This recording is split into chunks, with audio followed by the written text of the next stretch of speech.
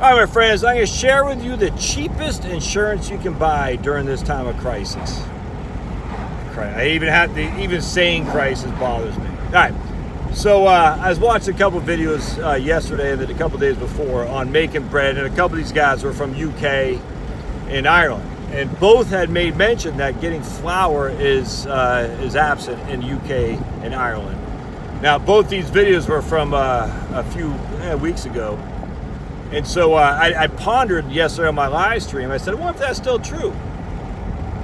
That you can't get flour in UK and presumably yeast as well. And so anyway, I asked that, and a guy piped in from UK because it's still true. There is no flour to be had.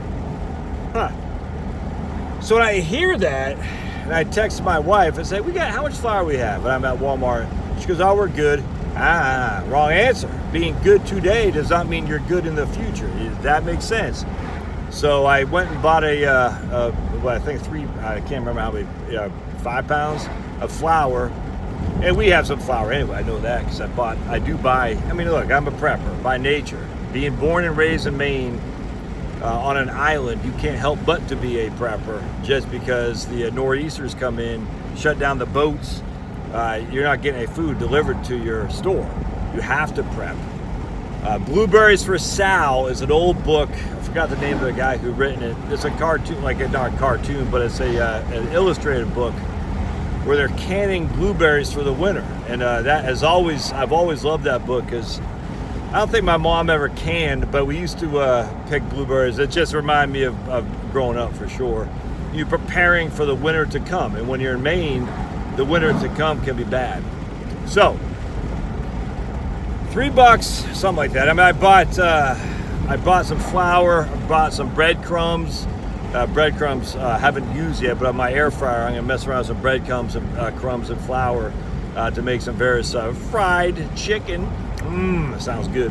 But anyway, so I bought some of that, and it came out like $10, man. That's the cheapest insurance you'll ever get. Just some flour, get some yeast if you can, if you need to. Just the basic stuff. Look, when all is said and done, you're going to need bread if you have nothing else. And bread is, that's going back 5,000 years. Bread and water, you can get fermentation where you can have sourdough bread. Just bread and water. It'll ferment after a while, literally a day. You add some to it, and that is your sourdough bread. You don't need yeast. It'd be nice to have for sure, but in of itself, you don't need it to cook bread to live on for sustenance. Oh, you're paranoid. I'm not. Yeah, I'm always been paranoid when it comes to my ability to put food in my belly as a child, and now is responsible for 6 other people. Well, 6 other animals. 5 are people, 1's a dog. But yeah, you're doggone right I am. Paranoid. And then I hear people confirming that. I said, that's a little bit nerve-wracking, and I don't know what's going to happen. It might be, who knows? All I know is, why same kind of thing. Why would you have life insurance, Josh? You're a 49-year-old healthy guy. The likelihood of you dying is quite small. Because it's flipping cheap. It's cheap. Oh, beautiful Cardinal driving. Oh, I love those Cardinals. They are so flipping gorgeous. Man, I can stare at those guys all day long. Anyway, so it's so cheap.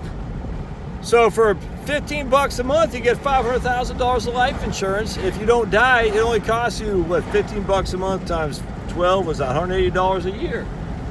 To just make sure that if you don't, that's not, that's a nice dinner out for my wife and me and my kids. $180. To make sure that if I were to get hit by a proverbial bus, my wife doesn't have to freaking sell her soul, if you know what I'm saying, to put food on the table. So $3 for a 5-pound thing of flour, that's cheap insurance. This is what insurance does. It protects against catastrophes that could doom you. You spend $3, you get 5 pounds of flour. Hopefully you don't need it, but if you do, aren't you glad you have it? Hopefully you don't need life insurance, but if you do, well, you won't care because you'll be dead. I guarantee you, though, your wife would be glad you have it, for sure, or your husband, or your kids. I don't get this. I just think, was it penny penny wise, pound foolish, or pound, I don't even know what that saying is. But why not protect yourself for cheap? It doesn't make sense to me. It doesn't make sense for cheap. And that's kind of why I go back to the Medigap, by the way, just Medigap versus Medicare Advantage.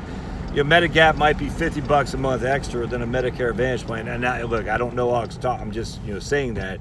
At $600 a year, that means you have coverage for anyone who takes Medicare. You are covered. Any place in the country, you have coverage. So why not pay the extra $50 a month if you can afford it? If you can't afford it, yeah, don't. I get that. But it's the same kind of thing. You always want to find insurance that's cheap. It just as an FYI, accidental death and dismemberment is not pure life insurance, all right? I'm not saying don't get it, but don't think because you have AD&D because it's cheap, you have yourself covered. You don't. You still need pure life insurance. So anyway, why not go and just get some staples? Be it freaking cornmeal, be it, what else we got there? Flour, be it salt. I mean, just why not get these things? Doesn't make sense. Actually, I bought some of these. I've had these before. These are gamma sealed lids to put on your. Yeah, I've been dehydrating a lot of food, and so now I dehydrate, vacuum seal it, and I want to put it in my buckets. I got lots of 5-pound buckets. Normally, I grow stuff in.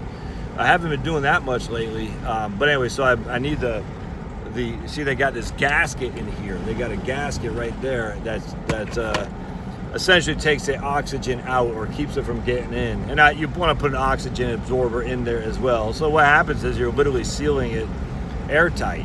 So you take your, I don't know, you got a 4-pound thing of a ground beef.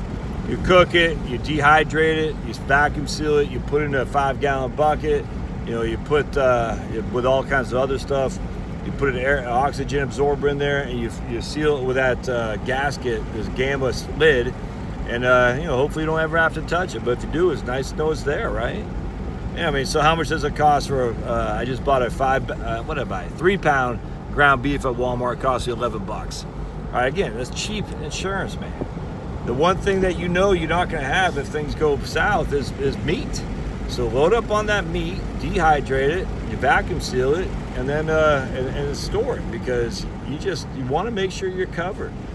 And again, that does not mean zombies are coming. It just means you hear enough on the ground about people in the UK running out of flour. That should tell you, say, hey, these are some warning signs. How do I protect myself? Well, buy cheap insurance. Buy the flour where you can get it. Anyway, think about that. Love to hear your comments. What else are you? So comment actually below. What are you doing to prepare, or what have you done? I'd be interested to hear your thoughts, because I don't have all the answers.